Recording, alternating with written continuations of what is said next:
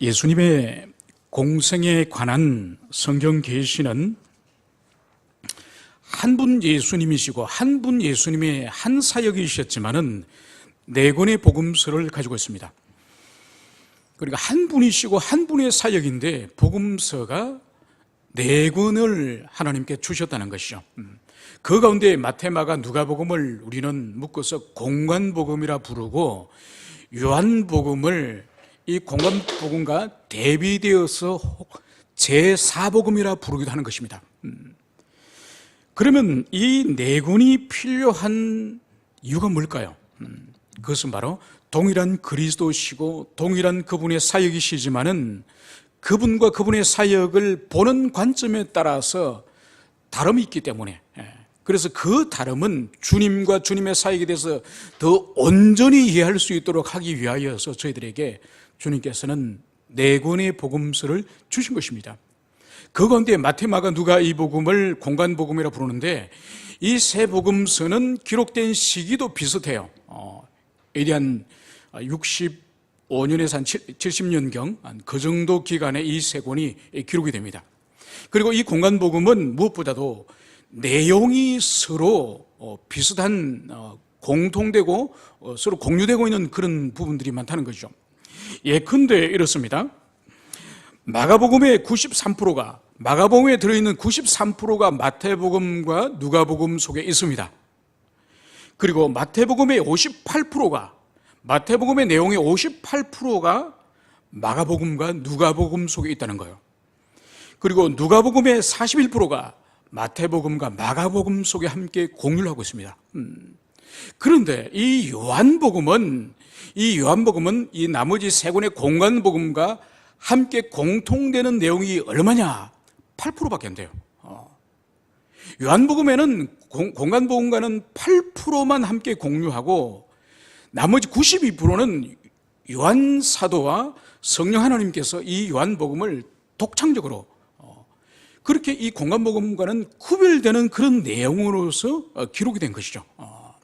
그렇기 때문에 이 공관복음과 이 요한복음은 이 내용들이 서로 상충하는 것이 아니라 서로 보완하는 거예요.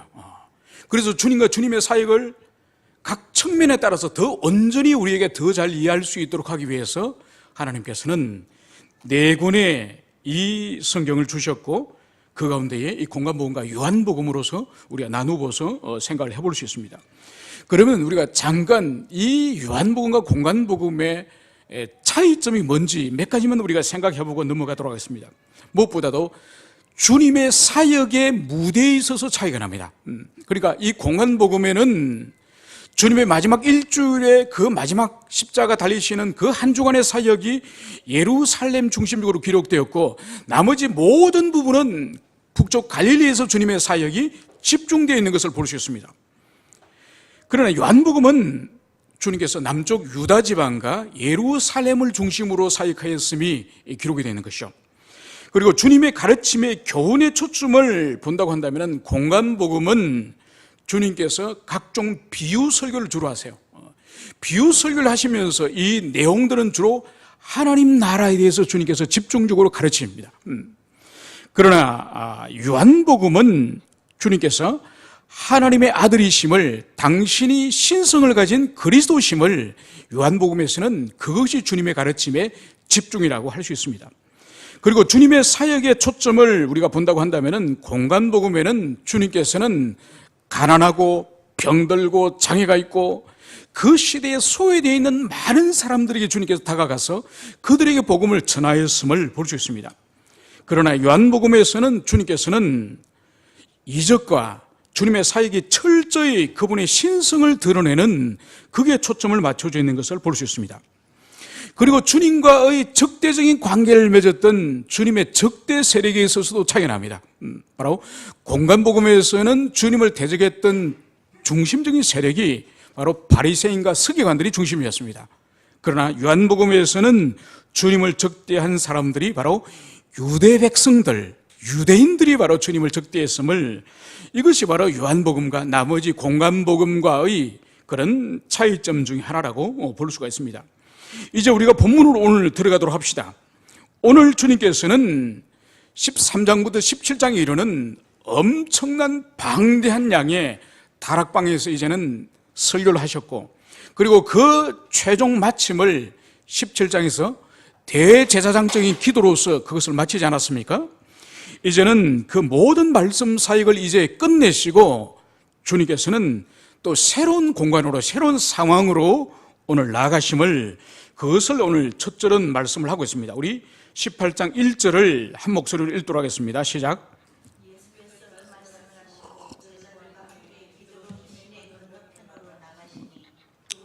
동산이 있는데 제자들과 함께 들어가시니라. 아멘. 네, 여러분, 오늘 주님께서는 예수께서 이 말씀을 하시고, 여러분, 이 말씀은 뭘까요? 여러분, 이 말씀은 두 가지로 볼 수 있습니다. 13장부터 17장까지 그 방대한 설교와 주님의 기도까지 포함하는 거로 볼 수도 있고, 아니면은 이 말씀은 17장에 있는 대제사장적인 기도라고 볼 수도 있습니다. 아무튼 주님께서는 이 말씀을 종결하신 이후에 이제는 장소를 옮기셔서 제자들과 함께 다른 곳으로 가셨음을 여기서 말씀을 하고 있습니다. 오늘 그런데 주님께서는 제자들과 함께 기드론 시내 건너편으로 나가시니, 이 말씀을 오늘 기록을 하고 있는 거예요. 그러니까 주님께서는 이 마지막 순간까지 제자들과 함께 오늘 함께 기드론 시내 건너편으로 가셨다, 이 말씀을 오늘 기록을 하고 있는 거예요. 주님께서는 당신께서 지금 잠시 후면은 이제 당신을 잡아러 오는 사람들에 의해서 당신이 붙잡힌 채로 끌려갈 것임을 주님은 아셨습니다. 이 마지막 순간까지 오늘 제자들을 오늘 포기하지 않으시고 제자들을 떠나보내지 않으시는 주님의 모습을 여기서 보여주는 것이죠. 여러분, 주님은 끝까지 포기하지 않으신 분이에요. 여러분, 우리 인간은 얼마나 연약하고 또한 간사한지, 심지어 사랑하는 자식이라 할지라도 우리는 끝까지 사랑하지 못하고, 사랑하는 가족이라 할지도 끝까지 사랑하지 못하고, 자기의 그 능력과 자기의 믿음 범위 안에서밖에 감당을 하지 못하는 것이죠. 여러분, 어떤 분이 일제시대 때 일본에 살다가 해방되고 나서 한국에 와서 살면서, 그분이 일제시대 때 일본에 살면서 동경에서 미군 폭격을 경험하였고, 또 한국에 와서는 한국 전쟁을 통해서 또 폭격을 경험한 거죠. 그때 이분이 경험한 것이 바로 뭔가 하니까, 아버지 어머니와 함께 이렇게 폭격을 경험했는데 일본에서도 폭탄이 딱 떨어지니까 아버지 행동과 어머니 행동이 다르다는 거죠. 아버지는 어디로 피해버리는지 안전한 곳으로 사라져버리고, 어머니가 자기를 암탉이 병아리를 품듯이 품고 있다는 거죠. 그래서 이 어린 나이에 아버지와 어머니는 같은 부모이지만은 다르구나, 이것을 느낀 거죠. 그래서 일본을 이제는 떠나서 한국에 들어왔는데, 해방되고 나서 조금 있으니까 한국 전쟁이 났지 않습니까? 그죠? 피난 가다가 또 하늘에서 폭탄이 떨어진 거예요. 아버지는 얼마나 빠르게 논두렁 밑으로 숨었는지 아버지가 보이지 않더랍니다. 그때도 어머니가 위에서 품은 거죠. 여러분, 인간은 부모라 할지라도 자기가 위기를 만나면은 자기 먼저 살리고 이렇게 옹졸하게 피하는 것이 인간일 수 있습니다. 그런데 우리 주님은 붙잡히신 이후에 이제는 고문을 당하시고, 그리고 십자가 죽으시는 이 상황까지도 이 제자들을 떠나보내지 않으시고 이 제자들과 끝까지 함께 움직이시는 이 모습을 오늘 여기서 보여주고 있습니다. 오늘 우리 주님께서 가시는 곳을 오늘 성경은 기드론 시내 건너편, 이렇게 기록을 하고 있습니다. 여러분, 공간복음에서는 기드론 시내를 언급하지 않아요. 공간복음에서는 주님께서 기도를 마치시고 바로 감람산 겟세마네 동산으로 가셨다고 성경은 기록을 해요. 공간복음에서는. 그런데 요한은 감람산 겟세마네를 언급하지 않으시고 이 기드론 시내를 언급하는 이유가 있을 거예요. 여러분, 성경은 한 단어 한 단어, 한 문장 한 문장을 성경 기록자가 기록을 하면서 자기 마음대로 기록하는 것이 아니에요.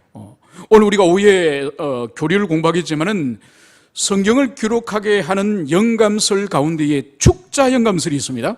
이 축자 영감설은 바로 뭔가 하니까, 이 축자라고 하는 것이, 축자가 쪼철축, 자, 글자자, 글자 한자 한자를 성령께서 영감을 주셔서 그 한자 한자를 기자가, 성경 기록자가 쫓는다는 그런 의미예요.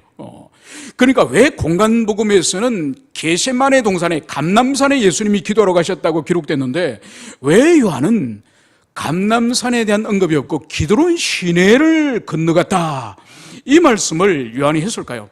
여기는 의미가 있다는 것이죠. 성령께서 주시고자 하는 의미가 뭔지를 우리가 생각을 해보도록 하겠습니다.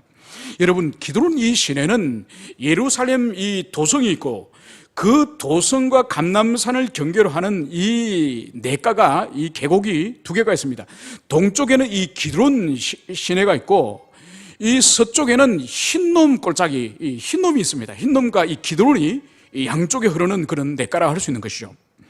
오늘 주님께서는 바로 예루살렘과 감람산을 경계로 하고 있는 이 바로 기드론 시내를 건너서 가셨다, 이렇게 요한이 기록을 하고 있는데, 이제 역사적으로 이 기드론 시내에 대한 역사적인 고찰이 무엇인지를, 그것을 우리가 살펴봐야 될 것입니다. 이것은 사무엘하 15장에 가면은 다윗 왕이 아들 압살롬의 반란에 의해서 도망을 치게 됩니다. 얼마나 급했던지 신발까지도 신지 못하고 맨발로 다윗 왕이 도망을 가게 되는데, 그때 기록된 것이 바로 이 기드론 이 시내를 압살롬을 피해서 건너갑니다. 그러므로 이 기드론 시내는 다윗에게 있어서는 수치의 장소예요. 아들의 반란과 피해서 도망을 치는 그런 수치의 장소가 이 기드론 시내예요. 두 번째로는 이스라엘 역사 가운데에 경건한 왕들이 세워질 때에 그 왕들이 종교개혁을 합니다. 그 종교개혁을 할 때에 바로 이 기드론 시내 여기서 우상들을 빻아서, 우상들을 쪼개어서 불태우는 곳이 바로 이 기드론 시내예요. 대표적으로 요시야 왕과 아사 왕이 아세라상이나 바알과 아세라상이나 또 하늘의 일월 성신을 섬기는 그런 그릇들을, 그것을 부숴서 쪼개서 불태우는 장소가 이 기드론 이 시내가죠. 그러니까 우상을 파괴하고 우상을 대적하는 그런 곳이라고 할 수 있습니다. 또 요엘서 3장 2절과 12절에 가면은 하나님께서 이렇게 말씀하십니다. 만국을 부르다가 여호사밧 골짜기에서 그들을 심판하리라. 바로 이 세상에 최후의 심판의 그 현장의 자리를 이 기드론 시내로 추정합니다. 그래서 만국의 백성들을 다 여기 불러 모아서 이곳에서 하나님이 심판을 하시겠다, 그 말씀을 하시는 거죠. 그처럼 기드론 시내가 가지고 있는 역사적인 이 의미를 고찰할 때에 바로 이곳은 그리스도 예수를 예표하는 다윗이 굴욕을 당했던 그런 장소요, 그리고 사단의 세력을 상징하는 우상을 불태우고 우상을 쪼개버린 그런 장소이기도 하고, 그리고 최후의 심판을 상징하는 그런 장소이기도 하는 것이죠. 바로 이 장소인 기드론 시내 여기서 우리 주님께서 바로 대적들에게 붙잡혀서 십자가에 이제는 달리실 것을 예고하는 거예요. 그러면 이 장소가 의미하는 것은 바로 장차 메시아가 당하실 고난과 그리고 악의 세력에 대한 심판에 대한 예고가 주님께서 바로 요한을 통해서 기드론 시내를 건넜다, 이런 의미를 통해서 여기서 예고하고 있음을, 그것을 볼 수 있습니다. 이제 우리 주님께서는 오늘 2절에 보면은 바로 제자들과 함께 들어간 이 장소를 요한은 이렇게 설명을 하고 있습니다. 가끔 예수께서 제자들과 모이는 곳이므로 예수를 파는 유다도 그곳을 알더라. 바로 이곳은 예수님께서 예루살렘에서 사역을 행하실 때에 바로 사역을 낮에 끝내시고 저녁이 되면은 제자들과 함께 이곳에 오셔서 기도하시고 안식을 취하셨음이 분명합니다. 그런데 문제는 뭔가니까 이 장소를, 예수를 팔 가룟 유다도 이 장소를 알고 있다, 이것을 오늘 요한이 기록을 하고 있는 거예요. 여러분, 이것은 무슨 의미죠? 이미 주님이 오늘 밤에 오실 이 처소를, 이 장소를 가룟 유다가 알고 있음에도 불구하고 주님이 오늘 이곳에 오늘 오셨다는 거예요. 이것은 무엇을 의미할까요? 그것은 바로 마치 가룟 유다에게 주님께서 내가 여기 있으니 와서 나를 잡아가라, 이런 의미를 이 장소가 가지고 있는 것이죠. 이것은 무엇을 의미가 하는 거니까, 이미 주님께서는 당신이 십자가 달리실 그 시간이 이제는 임박하였기 때문에 이제는 모든 것을 아시고 당신 스스로 자발적으로 자원하여서 당신이 붙잡힐 그 장소로 주님이 스스로 나가셨음을 그것을 여기서 보여주고 있는 것이죠. 그래서 빌립보서 2장 8절에서 주님께서는 자기를 낮추시되 죽기까지 복종하셨다, 이 말씀을 오늘 주님께서 이 기드론 시내를 건너셔서 이 동산으로 가신 이 일을 통하여서 알 수 있는 거죠. 여러분, 주님은 피해 다니다 못해서 결국은 붙잡히신 게 아니에요. 자신을 잡아라 오는 무리를 향해서 이미 알고 있는 그 장소로 스스로 자기 발로 걸어 나가셔서 잡혀주신 거예요, 주님. 이제 주님께서는 이 동산에 나가 있을 때에 오늘 3절에서는 이제 가룟 유다가 로마 군대와 함께 성전의 아래 사람을 데리고 왔음을 오늘 3절에서는 그것을 말씀하고 있습니다. 여러분, 오늘 여기서 군대라고 오늘 성경이 기록을 하고 있습니다. 요한이 군대와, 여러분, 이 군대 스페란이라고 하는 이 히브리어 헬라어, 이 스페라는 다른 공간복음에서는 사용하지 않아요. 이 스페라는 이것은 로마 군대를 상징하는 이거는 용어예요. 이것은 로마 군대 가운데에 약 200명을 말하기도 하고 또 600명을 말하기도 합니다. 정확한 숫자가 얼마인지는 알 수가 없습니다. 약 200명에서 한 600명 정도 되는 엄청난 숫자가 좀 주님을 지금 잡으러 온 거예요. 그런데 공간복음에서는 군대라는 단어를 사용하지 않아요. 공간복음에서는 오클로소, 즉 무리, 많은 무리들이 주님을 잡으러 왔다고 그렇게 기록을 하고 있지만은 요한은 바로 로마 군대가 오늘 왔음을 그것을 오늘 스페이라는 이 단어를 통해서 주님을 잡으러 성전의 아랫 사람들만 왔음이 아니라는 것을 오늘 여기서 보여주고 있습니다. 여러분, 여기서 볼 수 있는 것이 바로 뭔가 하니까 이 유대교 교권 세력, 이 종교 권력자들이 바로 세상 권력 빌라도의 그 병사들과 오늘 드디어 힘을 합작해가지고 주님을 잡으러 온 거예요. 이것이 바로 뭔가 하니까 타락한 종교 권력은 이 세상 권력과 야합을 한다는 거예요. 여러분, 이것은 이 로마 시대 때 주님을 십자가에 매달기 위해서 대제사장과 이 빌라도가 이렇게 야합하는 것처럼 교회 역사 가운데서도 이런 일들은 계속됩니다. 그러니까 교회가 깨어있고 교회가 경건하고 교회가 바르게 있을 때는 항상 세상 권력과 교회는 적당한 거리를 유지하면서 긴장 관계를 유지하는 거예요. 그래서 교회가 세상의 칼의 권세를 빌려보려고 얻어보려고 또는 교회의 그런 교권자들이 세상 권력자들과 친해보려고 그렇게 아부하지 않습니다. 그러니까 교회가 타락하면 타락할수록 종교 권력자들이 세상 권력자들에게 아부하고 거기 가서 비위를 맞추는 그런 일이 일어나는 거죠. 때로는 세상 권력의 칼의 권세를 빌려가지고 다른 또 신앙 안에 있는 다른 형제를 칼의 권세를 이용하여서 박해하는 그런 일들이 있는 것이죠. 우리가 알다시피 중세교회나 근세교회를 보세요. 중세교회나 근세교회를 보면은 바로 교회가 봉건 영주라든지 왕의 칼의 권세를 이용해서 자기와 생각이 다른 사람, 자기와 신학적으로 좀 차이가 있는 사람을 이단으로 낙인 찍는다든지 안 그러면 마녀로 몰아가지고 바로 세상의 칼의 권세를 빌려가지고 얼마나 많은 사람을 마녀로 불태워 죽이고 수많은 사람들을 죽음 가운데 몰아넣습니까? 이것이 모두 뭔가 하니까 교회가 세상의 권력과 야합하는 거예요. 그러므로 우리 자신도 깊이 돌아볼 필요가 있습니다. 이 시대 교회도 돌아볼 필요가 있는 거예요. 그래서 교회는 교회의 길을 가야 되는 거예요. 교회가 세상 권력 앞에서 어정거리면 안 되는 거예요. 일전에 어떤 모임에서 제가 하나 지체들하고 이야기를 나눈 것 중 가운데 하나가 뭔가 하니까 한국 교회 안에 국가 조찬 기도회 없어야 된다. 제가 그 이야기를 누누이 강조를 한 일이 있습니다.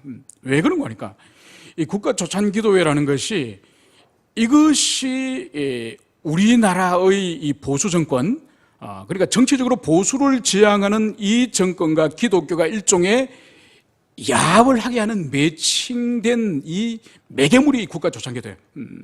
여러분, 불교나 가톨릭이나 다른 종교에서는 대통령을 초청해가지고 함께 자신들의 종교 행위하는 거 없습니다.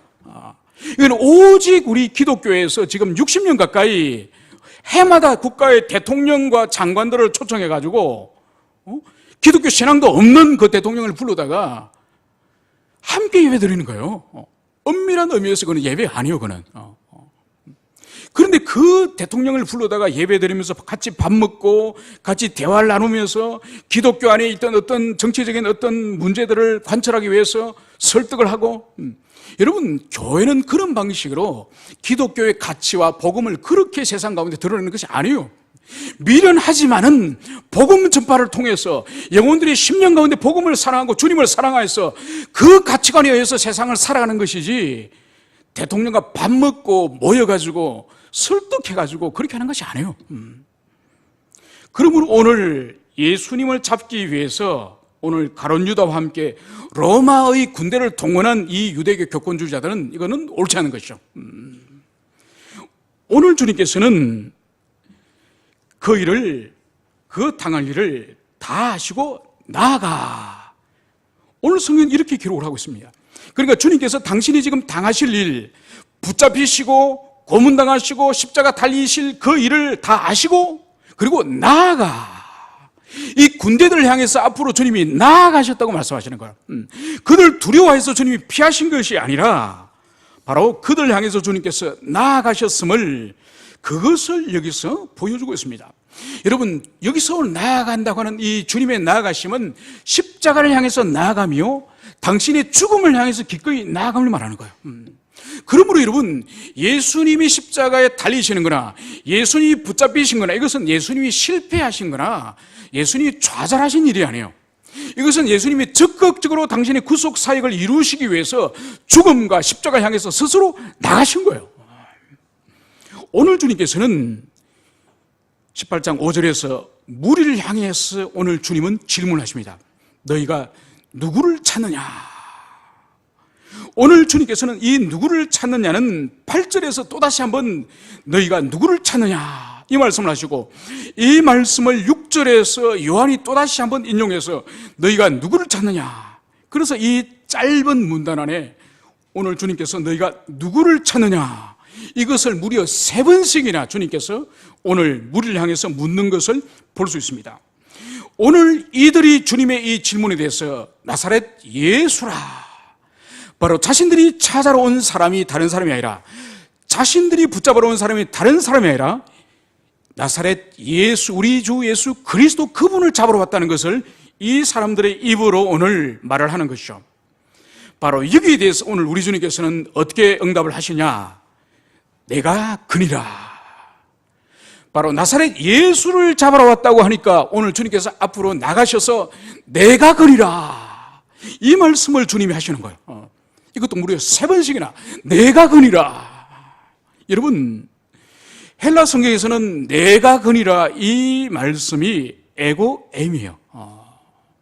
요한복음에서 요한 사도가 우리 예수님이 당신 스스로를 드러내실 때에 당신의 신성을, 당신의 하나님의 아들이심을, 제2성자이심을 드러내실 때에 즐겨 사용하시는 그 말씀이 바로 에고 에이미, 내가 나다, 내가 그니라, 이렇게 오늘 여기서 번역을 하고 있습니다. 여러분, 그러므로 오늘 주님 말씀하시는 내가 그니라, 에고 에이미, 이 의미를 2가지 의미로 우리가 살펴볼 필요가 있습니다. 첫 번째는 바로 뭔가 하니까, 많은 군대들이 무기를 가지고, 또 이 유월절에는 이스라엘 백성들의 절기가 이때는 보름 때요. 그래서 예루살렘 하늘 위에는 보름달이 둥실 떠가지고 사실은 겟세마네 동산 안에 있는 사람들이 보일 정도로 달이 환히 떴습니다. 그런데도 이 사람들이 무기를 가지고, 그리고 횃불을 가지고 우리 주님을 잡아러 온 거죠. 그러면서 이 사람들이 나사렛 예수를 잡으려고 한다고 이제 그들이 말을 할 때에 바로 예수님이 스스로 앞으로 나가면서 내가 그니라, 바로 이 말씀을 하신 거죠. 그래서 여기서 내가 그니라고 하는 이 의미는 수많은 사람들이 예수님을 잡으러 왔을 때에 주님이 쫄거나 주님이 두려워하는 것이 아니라 스스로를 드러내시고 그리고 십자가 고난 앞에 당당히 나가는 그 모습을 바로 내가 거니라, 이런 표현을 통해서 오늘 드러내심을 볼 수 있습니다. 그리고 두 번째로 내가 거니라, 바로 요한복음에서 자주 사용하시는 이 에고에이미, 이것은 바로 주님께서 여기서 오늘 당신을 잡아러 온 이 무리를 향해서, 이 사람들을 향해서 바로 당신 자신이 그리스도임을, 신적인 존재임을 드러내기 위해서 오늘 내가 거니라, 이 말씀을 오늘 주님께서 하시는 거죠. 여러분, 이 말씀에 대해서 오늘 주님을 잡아러 온 무리들이 어떤 반응을 보이는지 오늘 6절에서 그들의 모습을 오늘 성경이 기록을 하고 있습니다. 바로 그들이 물러가서 땅에 엎드러지리라. 여러분, 이것이 무슨 의미인가요? 이것은 그들이 물러가서 땅에 엎드러진다고 하는 이 표현은 이것도 요한만이 기록을 하고 있는 것이죠. 바로 뭔가 하니까 그들이 많은 군사를 이끌고 그리고 주님을 잡으러 왔는데 숨거나 피하는 것이 아니라 오히려 앞장서서 자기 몸을 먼저 내어놓으면서 내가 그라고 당당히 말하는 주님의 이 위엄 어린 목소리와 주님의 이 신적인 권능이 이 순간 드러난 거예요.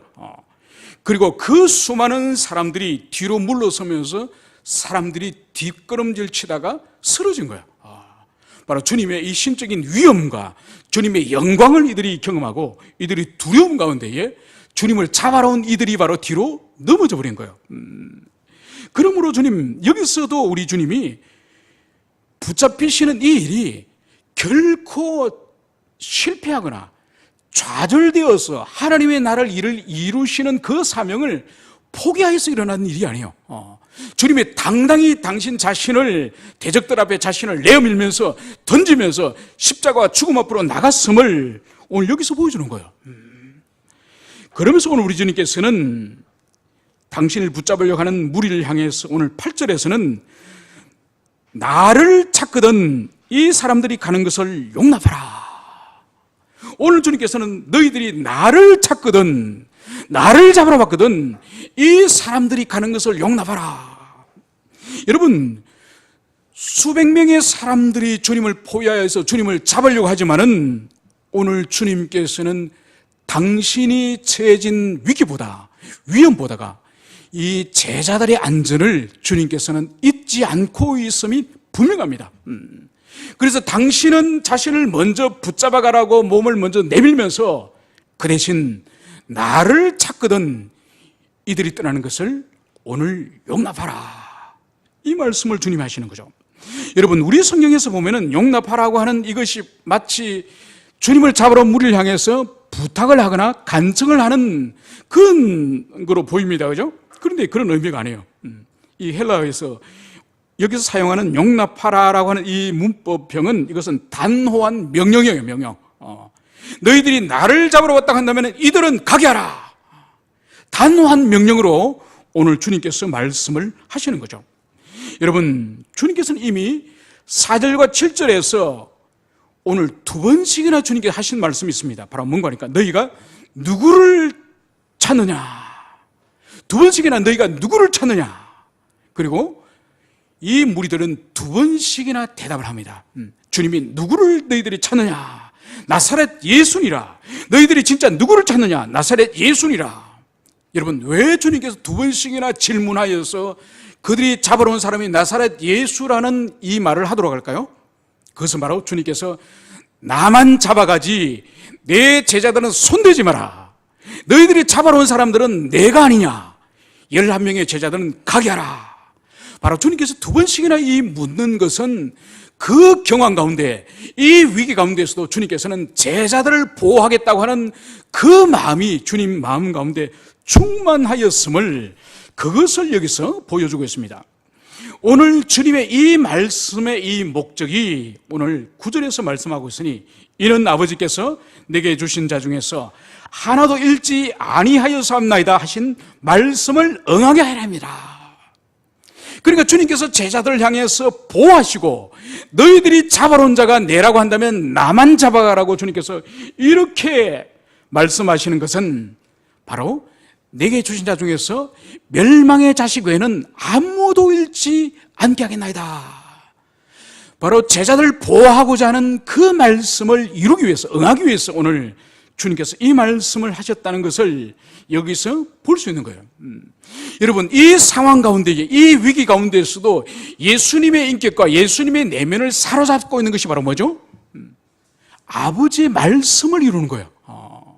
아버지의 말씀을 이루는 것이 자신이 지금 죽음 앞에서 지금 모든 위기가 시작되는 이 상황 앞에서도 예수님의 마음에는 아버지의 그 말씀이 이루어지기 위해서 오늘 주님께서는 당신이 이것을 오늘 말씀하시는 거예요. 여러분, 우리들에도 이게 필요해요. 이게 필요한 거예요. 여러분, 신앙이 자라고 사람이 경건히 성장하고 성화가 성숙한다는 의미가 다른 것이 아니에요. 다른 것이 아니라 그 사람의 인격이 늘 하나님의 은혜와 하나님의 말씀의 그 속에 머물러 있는 사람이 그 사람이 성숙한 거죠. 꼭 교회를 나와야, 꼭 예배를 드려야, 꼭 성경을 펴야 그제서야 하나님이 생각나고 그제서야 하나님의 말씀이 생각나고 그제서야 하나님의 뜻이 생각나면 이 사람은 신앙의 하수들이죠. 신앙의 성숙한 사람은 어떤 상황이 있든지 무슨 상황을 만나든지 누구를 만나든지 간에 늘 하나님의 은혜 가운데에서 그분의 뜻 가운데서 그분의 말씀 가운데 머물 수 있는 그 경건을 가진 그 사람이 신앙의 성숙한 사람이죠. 여러분, 신앙생활 하다 보면은 교회 오기 전에는, 주일날 교회 오기 전에는 그 사람이 진짜 그리스도인인지 아닌지 전혀 모르는 그런 사람도 있습니다. 예배 드리기 전에는 도대체 내가 세상 밖에서 하나님에 대해서, 진리에 대해서 생각을 했는지 아닌지 그렇게 사는 사람이 있다는 거예요. 또 어떤 사람은 삶의 큰 위기를 당하면은 신앙의 말이 나오지 않습니다. 신앙적인 사유, 계시 의존의 사유를 하지 않는 거예요. 여러분, 어떤 분이 얼마 전에 SNS 글을 올리는 걸 봤습니다. 그 글이 뭔가 하니까 어떤 정치인이 구속이 돼가지고 감옥으로 갔습니다. 그분이 교회 장로예요. 그분이 장로님인데 이제 방송 기자들과 인터뷰를 하다가 아니 그리스도인인데 이렇게 감옥으로 가시게 돼가지고 어떻게 지금 감당을 하시려고 그럽니까? 그러니까 그분이 하신다는 말이 다 이것도 내 팔자죠. 뭐가 잘못된 거죠?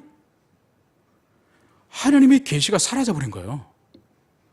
자신이 잘못했든지 또 잘못이 없는데 억울하게 감옥을 가든지 하여튼 그것을 신앙 안에서 받아들이고 신앙 안에서 해석하는 것이 아니라 당신이 감옥에 간 것에 대해서 어떻게 생각합니까? 이것도 다 팔자죠. 여러분, 그리스도인에게 팔자라는 게 있습니까?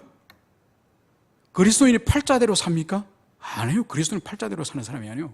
그리스도인은 하나님의 뜻대로 사는 사람들이에요.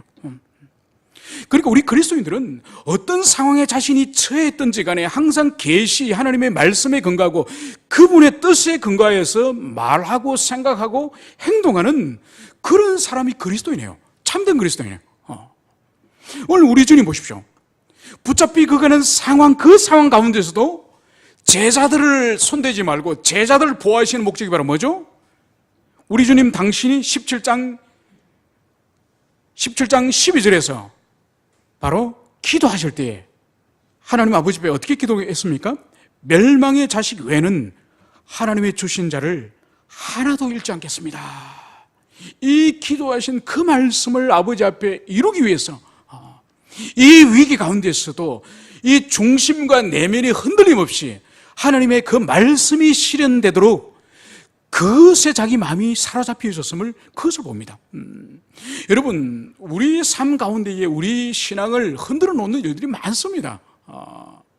때로는 우리가 감당할 수 없는 물질의 문제, 돈의 문제로 우리가 고통을 당하기도 하고, 때로는 우리가 예상하지 못했던 건강을 잃어버림으로 말미암아서 우리가 병원에 신세를 진다든지 약을 먹는다든지, 때로는 우리 인간관계를 통해서 우리가 마음 상하고 속이 뒤집어지는 그런 일이 왜 없겠습니까? 그때라도 우리는 하나님의 말씀과 진리를 떠나서는 안 되는 것이죠. 그래서 자신이 어떤 궁지에 몰리거나 어떤 자신과 수가 틀린다고 해서 돌변해버리는 그거는 신앙인이 아니고 그거는 그리스도인이 아니고 그건 엄밀히 말해서 오늘 우리 주님께서 이 마지막 순간까지 하나님의 말씀을 이루기 위해서 그렇게 말씀에 집중하셨던 것처럼 우리 지체들 모두도 삶이 어떠한 환경과 상황에 놓였든지 간에 하나님의 말씀에 사로잡히는 여러분 되시기를 축원합니다. 오늘 이러한 상황에서 오늘 시몬 베드로가 오늘 칼을 뽑았습니다. 그래서 대제사장 종 말고의 오른쪽 귀를 베었다고 오늘 요한은 기록하는 거예요. 여러분, 이 기록 또한 공간복음과 차이점 나는 거예요. 공간복음에서는 칼을 휘두르는 사람, 이 사람이 주님과 함께 있던 사람 중에 한 사람이었다 이렇게 기록을 하고 있지, 그 사람이 시몬 베드로라고 이름이 기록하지 않아요. 그리고 제사장의 종의 한 사람이 칼에 의해서 귀가 잘려졌다고 성경은 기록하고 있지, 그 종의 이름이 말고라고 하는 사람이라는 것을 이름을 기록하지 않습니다. 그런데 이 요한은 칼을 휘두르는 사람이 시몬 베드로고 칼에 의해서 귀가 배임을 받은 사람이 말고라고 하는 사람의 이름이 여기 기록된 거예요. 여러분, 왜 그러면 요한은 이 사람들의 실명을 거론했을까요? 그것은 바로 공간복음과 요한복음은 벌써 한 30년 정도 이 기록의 차이를 시차를 두고 있습니다. 그러니까 이미 요한이 AD 90년에서 95년 이 당시에 이 성경을 기록할 때는 이미 베드로나 말고는 이미 다 죽었습니다. 이미 그들은 죽고 이 세상에 없는 사람이기 때문에 그들의 이름을 실제적으로 기록을 하더라도 문제가 되지 않았기 때문에 이 요한이 기록을 한 것이죠. 오늘 칼을 뽑아서 이 칼로 말고의 귀를 벤 이 사건을 우리 주님이 보시고 오늘 주님께서는 뭘 말씀하셨습니까? 칼을 칼집에 꽂아라. 칼집에 꽂아라. 그러면서 주님께서는 아버지께서 주신 잔을 내가 마시지 아니하겠느냐. 바로 칼을 칼집에 꽂아라. 아버지께 주신 이 잔을 내가 마시지 않겠느냐. 이 말씀을 주님이 하신 거죠. 여러분, 왜 주님께서는 칼을 휘둘고 있는 이 베드로를 향해서 칼을 내 칼집에 꽂아라 이 말씀을 하셨을까요? 그것은 주님께서는 폭력을 혐오하시고 주님은 평화주의자이기 때문에 칼을 꽂아라고 하셨을까요? 그렇지 않습니다. 그런 의미가 아니죠. 바로 주님께서는 오늘 아버지께서 주신 이 잔을 내가 마시지 않겠느냐.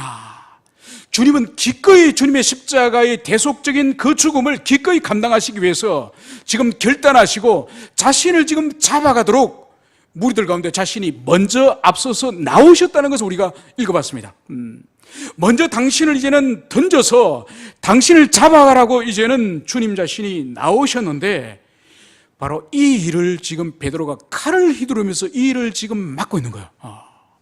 여러분, 이것은 마태복음 16장에 예수님께서 제자들에게 장차 주님 당신이 장로들과 이제 서기관들에게 예루살렘에 올라가면 붙잡혀서 이제 죽임을 당할 것을 마태복음 16장에서도 주님께서 말씀하지 않으셨습니까?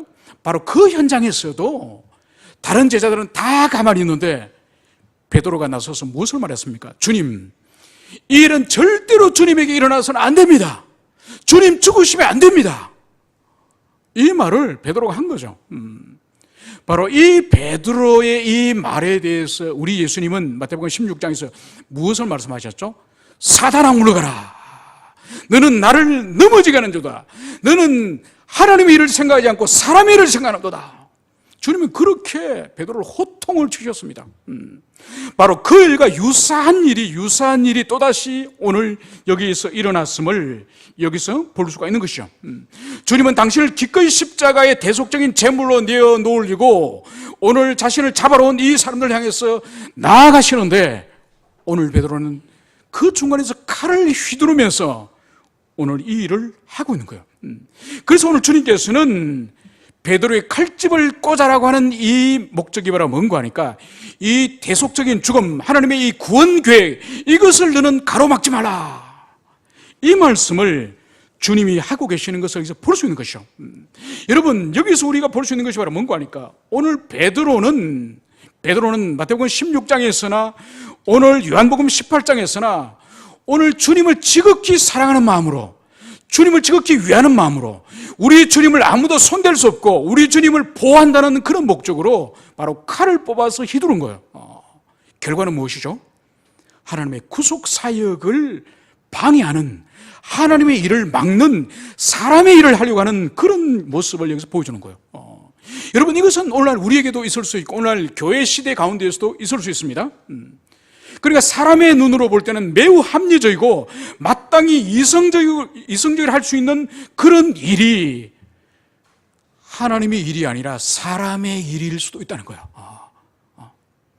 그러니까 이성의 힘을 다해서 마음을 다해서 정말 인간적으로 정말 위해 준다는 그런 생각을 가지고 일을 하지만은 정작 그것이 공동체를 위하는 거나 하나님의 교회를 위하는 거나 하나님을 위하는 거나 성도를 위하는 일이 아닐 수 있는 순수한 인간적인 일에 불과한 사람의 일에 불과한 그런 일이 있을 수 있다는 거죠.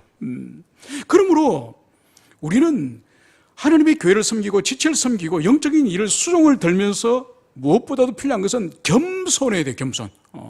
그러니까 우리 자신이 가지고 있는 확신, 우리 자신이 가지고 있는 신념, 이것이 하나님의 뜻이다, 함부로 이렇게 말해서는 안 된다는 거죠. 그래서 우리는 매우 겸손하고 조심스럽게 처신을 해야 된다는 거죠.